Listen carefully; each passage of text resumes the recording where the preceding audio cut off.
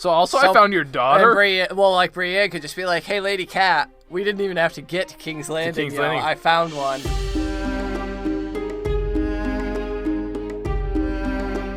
Heyo! Hey everybody, and welcome to another episode of Brotherhood Without Manners, your favorite full spoiler reread podcast of George R.R. Martin's A Song of Ice and Fire series. As always, I'm your host, Zach, sitting here with me, my brother Nate. That's me, I'm Nate. That's you. Here I am. And if you've joined us before, you know we're full spoiler. If you haven't, this is your warning. We're full spoiler. So go away now if you don't want the books ruined. Last episode, we were reading the prologue of Storm of Swords. We're into a Storm of Swords now, dude. This is it, chapter 1. So before we start discussing book stuff, can we just talk about Martin changing his header on Twitter? Do you think there's anything to it? Ooh, yes. Yeah? Yeah, I think it's... You don't think he was just like, hey, it's almost Halloween? I mean, I think it's a lot to do with him, like, he's reaching, an end. I don't know if it's, he's at the end yet. Right, that's kind of what I'm viewing it more as, just symbolic for him. Like, I feel like he's excited. We're nearing something. Right. We're hitting he's hit some milestone, whether it's finishing up a chapter that he's had a rough time with, but I think he is starting to try to build hype himself. Yeah, I think it's partly him as well. Yeah, just he's excited that, it's getting closer and closer. He is putting effort into finishing this, and so... And at the top of the show, we do have to say a big rest in peace to Dame Diana Rigg, who recently passed. She was well known for playing the Queen of Thorns, Olenna Tyrell, on the show, and she recently passed. So rest in peace to her. She did great work, and I loved her. Yeah, she was funny. She was good. Anyway, she was also a Bond girl. She was a Bond girl, and I'm a big fan of Bond movies and Bond girls. This episode we're reading fucking Jaime Lannister. Jaime Lannister's first ever chapter. Dude, so good. So good. So, yeah, last episode we read the prologue with Chet, and as we know, things don't tend to go well for our prologue characters. Chet was announced from the Brotherhood of the Night's Watch. Fuck this place. Yeah, but he gathered his men and chose them very intelligently, very similar to Corrin, who pointed out. Well, he at least put some thought behind it. I have to also keep in mind that he's not picking the best of the best. He's trying to find the worst of the worst. Yeah. And so the worst and the best picks among the worst people are going to look like this. Yeah. And was all set to go until it started snowing, which we find out the snow was just the herald of the much larger threat of the others arriving at the Fist of the First Men, where our friends Samwell Tarly and Old Bear and the rest of the Brothers of the Night's Watch are. Yes. So, again, to note, Martin himself put in a foreword to keep a mind on chronology. And so we're going to pick up with Jaime Lannister immediately after he was freed from Cat's last chapter from Clash of Kings. Righto. So it's the next morning, maybe late morning, I would imagine. Yeah. But from that last chapter that we had with her. So, and since it's a Jaime chapter, I will only be referring to her as Wench. Brienne, the Wench, Jaime, and Cleos Frey are making their way by boat down the Trident.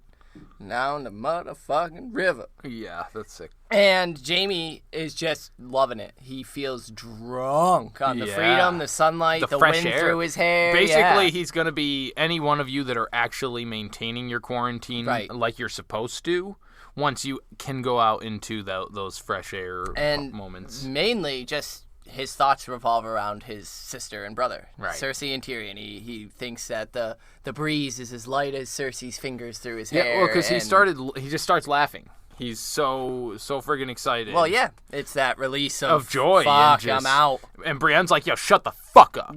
Shut the fuck up, Jaime. And he's like, what, man? I'm sorry, but like, dang. But that's when he pictures her in one of Cersei's, because he was just thinking about Cersei. Yep. So I almost felt like it was like that. He's almost daydreaming. He's seeing ridiculous. Cersei. And then, just poop. All of a sudden, I want you to picture Severus Snape in your grandmother's clothing type of moment. Where, he's thinking of hot, sexy Cersei, and then suddenly, pop, there's Brienne in the dress. And, he also then kind of recounts the last night and how... So before he does, I thought it was really important that he says how ugly she is and how gross she is. Yeah.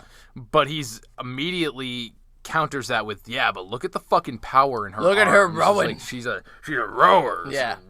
Which, might not seem like much, but that's what she strives for, technically. That's what she's after, is that strength and the power. And, I mean, yeah, she wants to be respected as a knight and as a person. but she wants to be viewed as a knight. She doesn't want to be seen as the lady. Woman in the knight's realm. She wants to be seen as a knight. And so the thing that he does notice, which he doesn't say to her, obviously, is her strength immediately. Right? Yep. Like, holy shit, she's got some fucking... She lifts, bruh. She lifts. But in thinking of how they came to be in this boat, he just ruminates that he was so drunk that he barely recalls any of it, and that he thinks Tyrion would laugh himself silly when he hears that I slept or was drunk through my escape, and that he has to thank to Cat's wine, and thinks on that the fact that Catelyn brought him a full tankard, which was her plan to get him good and drunk, and she he even joked with her as they chained him up that is my word as a Lannister not enough? You need to have me manacled as well. Like, he's the entire chapter thinking about how he can escape, how he can cut her down, which I think is very important come the end of the chapter, as he's when he makes the big decision to not kill her right off the bat. But. Yeah, so we learn here basically what Catelyn set everyone out to do. Sir Cleos now has new terms for the Queen, and upon delivering Catelyn's message to Tyrion, he will earn his own freedom. So, of course, he swore to, I'll deliver any message you want. And, he does a...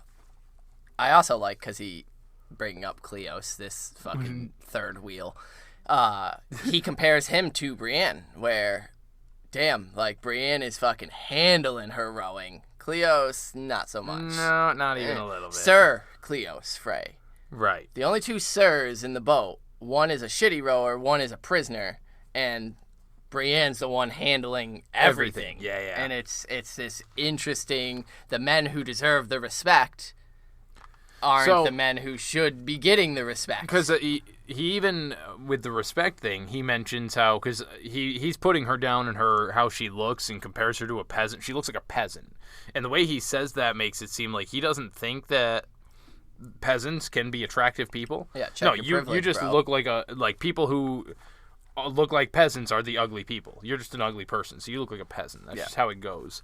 But he notes that she speaks like a highborn, though. Yeah. She doesn't talk like she's dumb or any uneducated person. She's a lady, and so that kind of, again, he's complimenting her constantly in his head, which I think is what Martin was trying to do with this first chapter, is show, like, he does have positive thoughts about people. Yeah. He might not share them, and that's why he's the Kingslayer. That's why he's so him.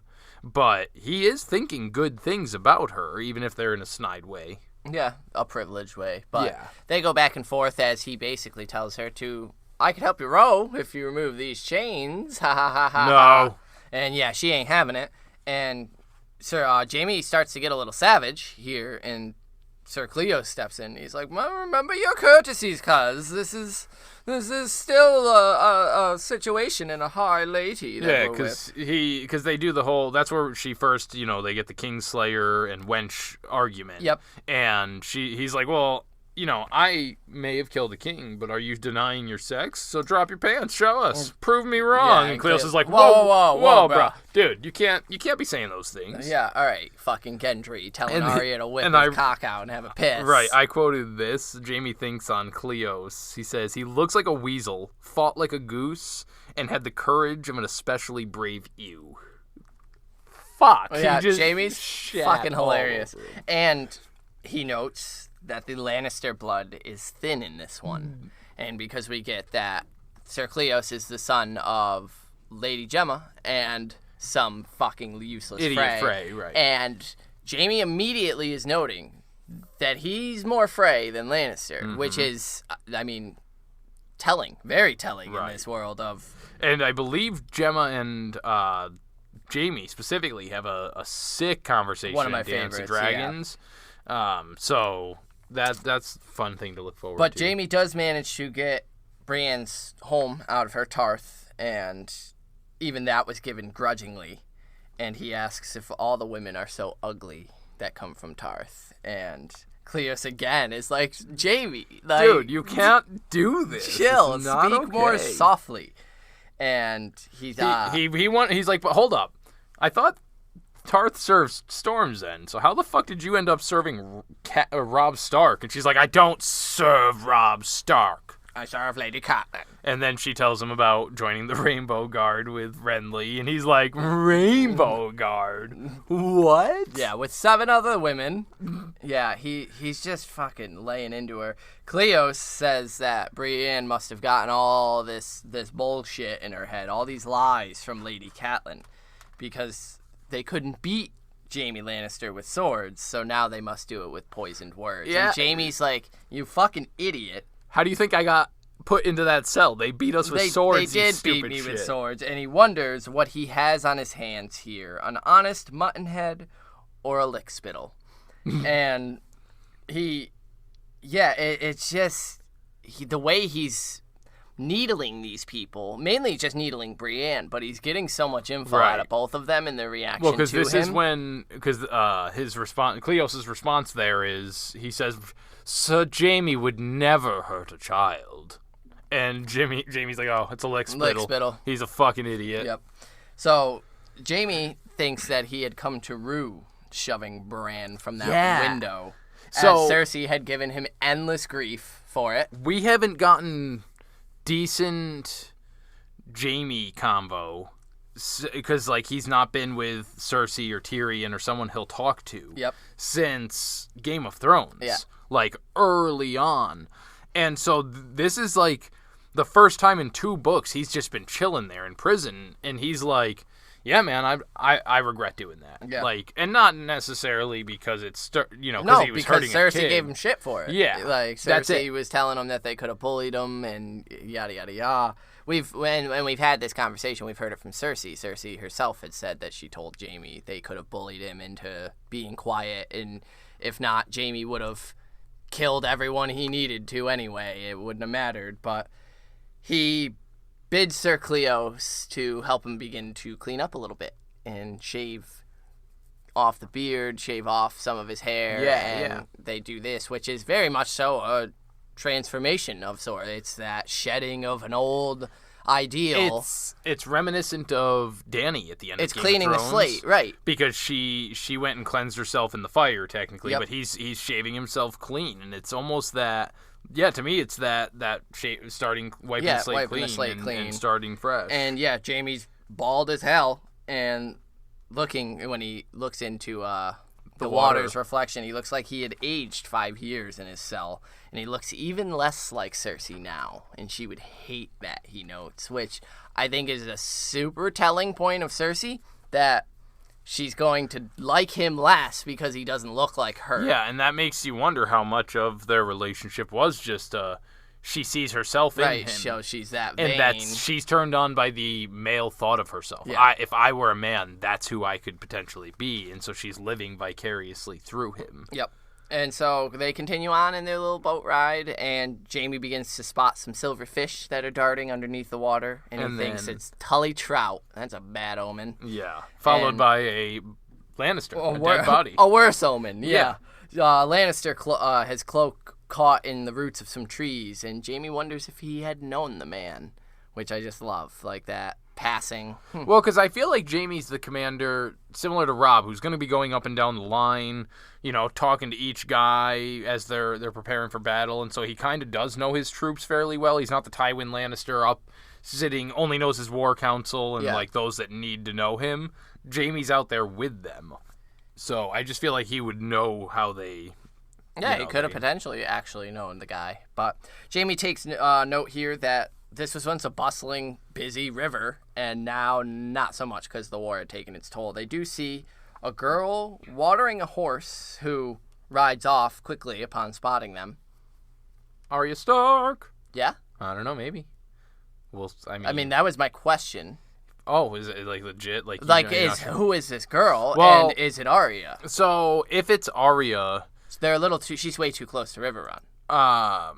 Way too close to River Run. That's because they're coming from Harrenhal. Yeah. And so, chronology, it all depends on when Because, thinking about it, because Roose would have gotten there after Tywin left. So yeah, I suppose it would be if they've got a horse. The thing for me is where's Gendry and Hop? Well, I mean that's up the road somewhere. Right. I mean, yeah, they like her moving around by herself isn't that outlandish? Yeah, with them, but and if not Arya, is it someone? I was wondering. I couldn't help but wonder if it was just. Yeah, I mean, I don't know too many other little girls that we might be aware of throughout this, unless it's somebody pretending to be. So Arya makes the most sense. Yeah. And she does tend to have those types of little cameos in people's chapters when she's like she appears on in a Samwell chapter. We'll have to see in Arya 1 whereabouts she's at. But, definitely. They also see some peasants in a field who don't really react. They just kind of eye them suspiciously until they continue on. And it's later that Sir Cleos spots some smoke downriver, and it rose from the smoldering ruin of a large building, and there was a live oak full of dead women. Yeah. And so Brienne is just fucking horrified by this, and she says that no true knight would ever condone such butchery. So, fuck. Because, I mean, yeah, it's a tree of the dead. Right. And Jaime just tells her that true knights do and see worse every time they ride to war, wench. And so Brienne, of course, means to see to the women. Yeah, and have them taken down and buried. And so they start debating on... Well, they find the note first that says they were hung for laying with lions. Yep. And so Jaime laughs. This is your people, not mine. Your people did this.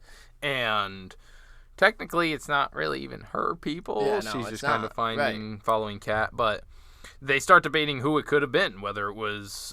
Because Cleos mentions Dondarrion in the Brotherhood Without Banners. Roose Bolton. He does note that he's said to only not... He doesn't kill small folk. Right. And then Roose Bolton, which confuses Jaime, because Jaime didn't know that he's now holding up Harrenhal. Yep. Well, leaving Harrenhal now. And at the mention of that, he warns Brienne that if Roose Bolton's holding Harrenhal, then the river and the roads are likely watched. So, like, what the fuck is your plan here, then? Because that's some shit. And so Brienne's like, well... Fuck it, I'm gonna climb the tree and start cutting them down. So, do you think that it was the Brotherhood? Was that who hung them? No. I think it was some of the Tully men. The Tully men? Yeah, absolutely. Right. I think it was like an Edmure's band, one of Rob. Yeah, like that, and that was always my point of contention with the show. Is it's not at all ever fucking stated that Rob's men are the cream of the crop. None of them ever rape women. None of them ever do anything bad ever in wartime. Like, so then them doing that down in King's Landing was right. the most outrageous And so like thing. that turn to me, wasn't crazy because everyone was like, oh, the Northmen would never do that. I beg to differ. The Northmen are fucking savage, barbaric. Well, and it's specifically stated throughout Clash that that's what Robb is doing up in Tywin's area is exactly what the Mountain was doing through the Riverlands. They're going through and just raiding and pillaging. Like, it's burning down places. And so I absolutely think that this was Tully's or Edmure or even a bit of Roose Bolton's men, maybe. Like, it could have been Roose Bolton himself. And so, it's someone on Robb's side and that's where Jaime is just drinking up the irony of it. That, like, this ain't even me. It's not our atrocities this time. Right. And so in Brienne the tree... gets to the top, or even partway up, and she spots a boat coming down the river. Yeah. And she's like, and she just, it's a boat with a Tully sail. Hulk jumps out of this fucking tree, and superhero crash lands right next to Jaime, and he's like, it's time to go. Yep, they all rush back to the boat. This is when they note that it's a Tully sail, and... the chase is on. And it goes for a good long while until Jaime points out that it is a river galley and that they're not going to outrun this bitch. Yeah, it's got like 9 oarsmen on either side, 18 total, and so maybe 20, 25 people on there, which freaks Cleo the fuck out. He's like, But Jaime's like, yo, strike off my chains. Our best hope is to die with a sword in hand. And it states that he's not afraid to die. Like, right. But she tells him, no, you're under my protection. And he thinks she is the hound with teats. And now, as funny as that line is, again, I think of that as a massive compliment in the way he's meaning it. She is this... You're not going to sway her from what she wants right then. Yep. And she's capable of doing it. Yeah, and good luck trying to muscle her. Right. Yeah. And so he sees that there's some archers on the other ship at about this time. Jamie fucking hates archers. He hates fucking I like archers. that, no. I hate fucking hate archers. He also recognizes Robin Rygar. Yep. And so he calls out to him. And Rygar's like, yo, toss your weapons in the water. We got you. Fucking stop. And he's like, well, Catelyn Stark freed me, and it's sending me on home. And he's like, well, Catelyn Stark does not rule in River Run. And a warning shot of arrows pepper their boat, missing them all. But Jaime notes Brienne's calm. Like, right. She is determined, not desperate. Yeah, because she's steering towards the cliffs. She also had made a comment earlier because Jaime complimented her. Your knowledge of this river is outstanding. Yeah. And she said, I don't know this river at all. Yeah. I grew up on a boat. Yeah, Tarth, we were all taught to sail. And so he spots her eyes, and because, again, he even mentions it, he's seen hundreds of men die in battle. He's seen people looking in their eyes. He knows those looks, and he recognizes it as determination. Yeah, she's looking around for a plan, something. She's figuring it out. Not looking around in panic or desperation. Yeah. Absolutely. And so at this point, they're coming up to like a break in the river where there's an island, and then there's a rock wall. Right. A cliff bluff. face. Yeah. And she just all of a sudden stands up. Tells Cleo to take the tiller and Jaime an oar. And they enter. And swan dives into the fucking water. Yeah, they enter the shadow between the rocky bluff to their left and the wooded isle to their right. And as soon as they're out of sight. Jaime's like, yeah, this is like a moment's respite, but they're going to catch right up to us. And Brienne, just dives in and begins climbing up the cliff. And he's like, oh, fuck. All right. The galley follows them in, and Jaime just laughs, thinking that Brienne's going to get fucking shot right off that wall, but they don't. And so Jaime decides to test Rygar's pride and see if it would make him stupid. Yes, challenges him to singles combat. You and me, let's go, bro. Let's do this right now. And then Rygar's like, I'm supposed to bring you back alive if I can. So, like, no. Yeah. Why? No. Why would I do that? A boulder the size of a cow fell from the cliff. So, at first, I thought this was meant to be a description of Brienne jumping off. And that's Jaime's fucked upness. Yeah. And I think that's intentional. Like, and after the whole chapter of that. And then it does the slow pullback of, Brienne slammed a rock off the bluff. And was keeping to do it. Just hit a few more as well. The rock cracked in two and slammed the galley, it just immediately decimating it. And it begins taking on water quite quickly as it starts just kind of spinning and going all out of control. And so they go down. That's that. Like, that's no more chase. And Jaime just kind of keeps going down the river with Cleos. And he just can't help but think to himself, like, yo, fuck yeah. The gods are good. Boat's gone. Brienne's gone. Like, tight. Then Brienne does a fucking 10 out of 10 swan dive. Dude, off the cliff. Into the water. She did like a triple flip into a perfect dive. Wonderful. No splash. And Sir Cleos begins angling toward her. Jaime still had his oar. One good swing when she swam up, and I'll be free of her, he thinks. Yeah. How quickly, and that's why I think I love Jaime Lannister, is how quickly he can go from this lighthearted, like, poking fun at her, to just like, I could knock this woman unconscious in the river, leave her to drown, and keep going. Probably kill Sir Cleos, because fuck him. Fuck this guy. We already know Jaime thinks he's a little worm, and he's nothing, so like, how quickly Jaime Lannister can become a scary fucking human being. But Brienne swims up, and instead he found himself helping her, offering her the oar to help her out of the water. While he's still thinking that shit, he's offering it to her and helping her in. She's even uglier wet, he thinks. And he just calls her fucking stupid. That was dumb.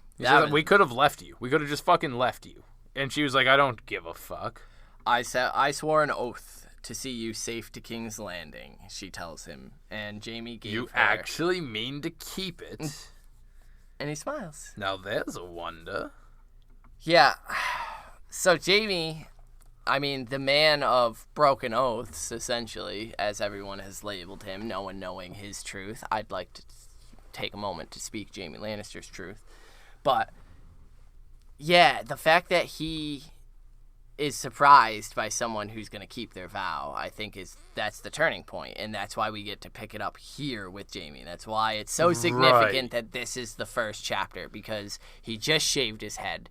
He just admitted that he looks less like a Lannister, less like Cersei. He aged 5 years in that cell. Cersei's not going to like that, and we know, full spoiler reread, Cersei doesn't like that. Right. She doesn't. There's an awkward disconnect when they never have what they had before. Right, especially because he loses his hand yet. Yeah. And so all these changes physically are basically saying he is no longer who he was going into that cell. Like, Jaime Lannister died in that cell, and now he's getting a chance at rebirth, and immediately he's getting bombarded with this goodly knight, this woman who's fulfilling her oath, fulfilling her vows, swan diving and pushing rocks off cliffs against men she serves to Jaime, and killing them. She killed a couple. Some may have drowned. We don't know the result of the rest, but most of them are going to have a long, wet walk back to River Run.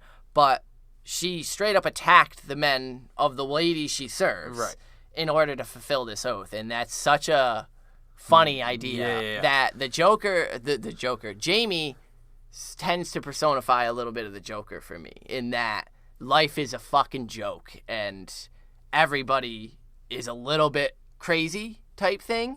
And I just, that's the smile at the end to me is more creepy than it is like a genuine, because it says Jaime gives her his brightest smile, but like, to me that's not a I disagree. I do think it is a genuine. Yeah, it's this, I think it's he's spent his entire life being told he's the King's Slayer and knowing that and shit, and there's not a single true knight in fucking King's Landing that he's ever met.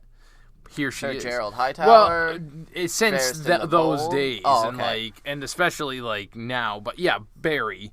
But even still, she's like the truest. Well, right, absolutely. And so for him to see that after all this, like, he's been giving her the most shit, threatening her, and was even thinking about it there, but didn't act on it. Even though he pushed Bran out a fucking window, we always saw him as pure evil, and now he's seeing this truly true knight who's like, no, I made a vow to get you there.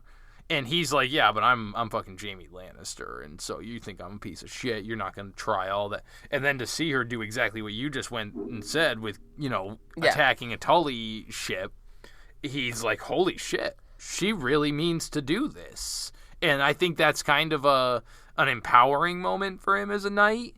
Especially at this point, this rebirthing, like, oh, wow. Like, I think he needed to see that kind of genuine... I mean, just with the words he says, it seems much more mocking to me. Now, there's a wonder, like, it just... I think it's too soon. I think it comes out as that way. I think it's too soon for him to be having this, yes, she's right moment. I don't think he's seeing it as that, yes, she's right moment. I think he's genuinely... So that's why the smile is a little more creepy to me, because it's this... There's an idea there of goodness, but it's so corrupted that, like, you actually think you're going to be able to be a good beacon? Oh, now there's a fucking wonder type thing. Like, well, I see it your good is going to get snuffed out by... I see it as how the Hound looks at Sansa with that. Well, that's why I was saying, like, I saw it as a little joke. Like, in that, the chaos is just inherent. Like, your little good candle flame that you're holding, Brienne, is gonna get so fucking snuffed out hard because you're taking no sides by doing your oath here, and that's where I think you just attacked Tully men to protect a Lannister and a Frey that you hate. But you're serving a Stark to try to get Stark girls back. Like, by choosing no sides, you end up becoming everyone's enemy type thing. And I think that's a little more where it's at here. But I think you're right, where it's starting to worm its way into his now bald little head of, no, she is a good knight. And obviously losing his hand humbles him much further. That'd be great.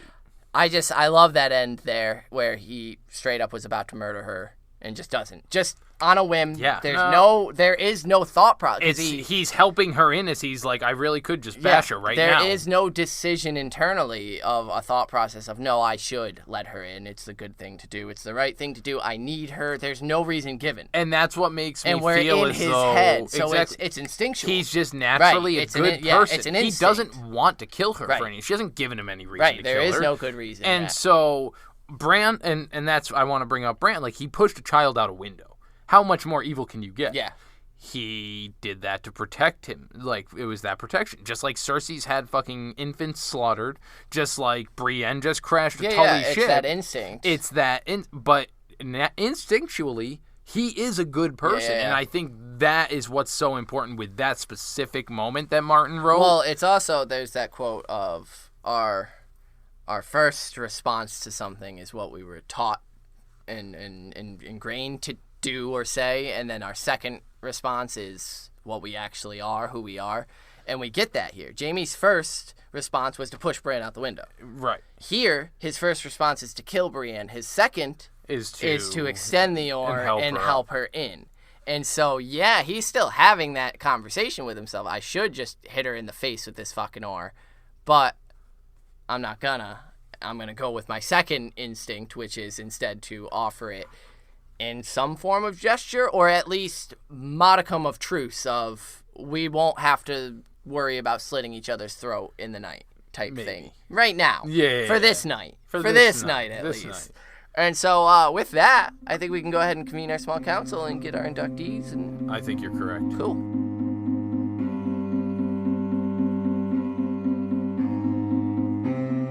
Blop. Small council. Ooh ha ha. Blop is the sound for the small council. What up? I don't like that. So, we got some inductees from you guys, but of course we want to give some of our own first. So, you got an inductee for this, Jaime. 1. Yeah, I'm going to go ahead and give it to the little girl who is watering her horse on the chance that it is Arya. Parentheses Arya, question mark? Yes. Yeah. Hoping that it's Arya. Yeah, and that she's making this cool little cameo, and that she's... Dude, she's so fucking close. Her mom is right fucking there. If that's her... That's why I gotta think it's not. And that just... It makes it so much better. Like, that... Is this where she gets caught by the Brotherhood Without Manners? Especially where, like... Rygar is now going to be coming up. Yeah, and those few guys are going to be coming up. The captain of the Tully household guard is absolutely someone Arya would want to reveal herself to. Right. And so, like, yeah.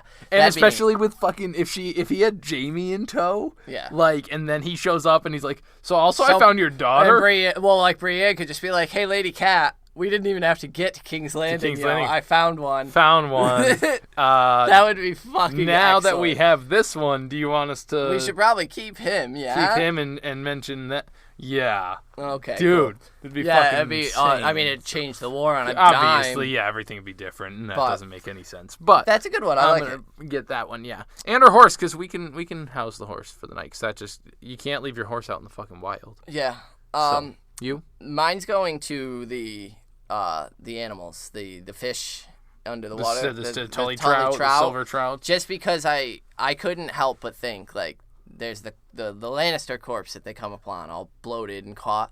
I mean, the fish are fucking eating on that. These Tully trout are feeding on this Lannister corpse, and Martin loves his fucking sigil imagery, and to me, that was a big one, is like... It's literally feasting on the It's flesh. literally subsisting. The Tully trout right now is subsisting on the Lannister. The trout are like the crows of the water. The crows right, yeah, the carrion crawlers. Yeah. Right, and so all these bodies that we've heard that get carried down these rivers are...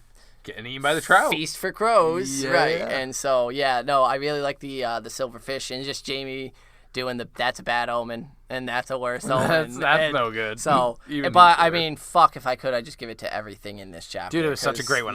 What a way to kick the... Like, I know we kicked off Storm with the But prologue. for a POV, the first POV. And to be Jaime Lannister. Jaime fucking Lannister. So those are our inductees. We did get some, of course, from a few of you. Nate's phone's dead, and I didn't have them pulled up preemptively. And so you're going to, just hang out with us while we pull these up. Scrolling. So we're pulling up Karen first? Yeah, we're going to be reading Karen's first. Again, Karen got us a big old block of them. A while back. And we love it. And so thank you. So Jaime 1, Gotta give this one to the Kingslayer himself. He showed a little of the honor and goodness we get to see later when he allows Brienne back into the boat.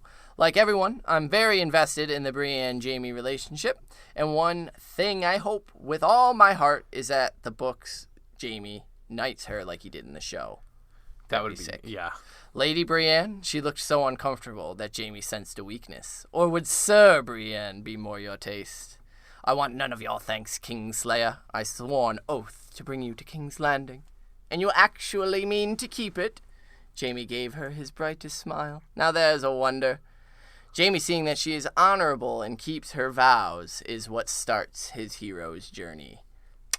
Damn. Killed it. Karen, thank you as always. You're killing it over there. And then we got another inductee from our favorite French fry, Julian. That Nate's going to read out right now. He says, hello. I don't know if the N was supposed to be in there, but I said it anyway because you wrote it in there. So shit is fucked up in the U.S. I'm a few episodes ahead, and I sure hope it's a bit better. I'm thinking you mean chapters. A bit better by now. Are you still locked down? Yes. Yes. Well, if we're intelligent, we're still locked down. We're supposed to be. A lot of America's not intelligent. America's still fucked. But thanks for asking, Julian. Thanks for really asking. Appreciate it. Yes. So it was awesome to read a Jaime point of view chapter. He's just like I imagined him. Clever, ironic, a bit too proud, of course. But I liked getting into his mind and following the relationship between him and Brienne be born. He's my inductee this week, just for the pleasure of being inside of his head for the first time. Can't wait for the next one. Even if I'm afraid he's soon gonna lose the hand. I'm gonna cry of despair when that happens anyway. Have a nice one there. Be safe and good luck. Valar Lionaris. Well, if you cry over Jaime losing his hand, just think at least you've got 2 to wipe those tears with, whereas Jaime only has the 1. Right. So, a few things from that email. Nikolai Walder-Costo, who played Dream Boy? Yes, yeah. He's a lovely, magnificent. He did a spectacular job. But as you mentioned, getting inside and getting those internal monologues, Julian, I am so fucking excited for you to hear every little thing that he has to think, because it is outstanding. Yeah, it only gets better. Jamie's a great character. Well, next, guys, that's our thoughts, feelings, opinions, and inductees on Jaime 1. Jaime fucking Lannister 1. Yeah, so next we're going to be reading Catelyn 1. Yeah. Catelyn Stark, and so it's going to be picking up basically during this and what she's going through after. I'd also like to point out, because everyone likes to give her shit, Catelyn Stark had just learned of her son, Bran and Rickon, being killed at Winterfell before freeing Jaime Lannister to get her daughters back, so, let's fucking ease up. Yeah, so let me tell you what. I got me 2 boys that are about the same age difference as those two, Bran and Rickon. A little younger than them, but I'd fucking lose my mind and do some stupid shit. Right, I think a lot of people like to forget that Catelyn just finds out Bran and Rickon are dead in the same chapter that she frees Jaime Lannister in. So there's that. As we're heading into that, just keep that in mind, because Catelyn is, she's just about a broken mother at this point. Desperately holding on to the hope that Brienne and Jaime Lannister can salvage her 2 remaining daughters. But that is a story for another time. We'll catch you guys on the next one. Valada Harris. Peace.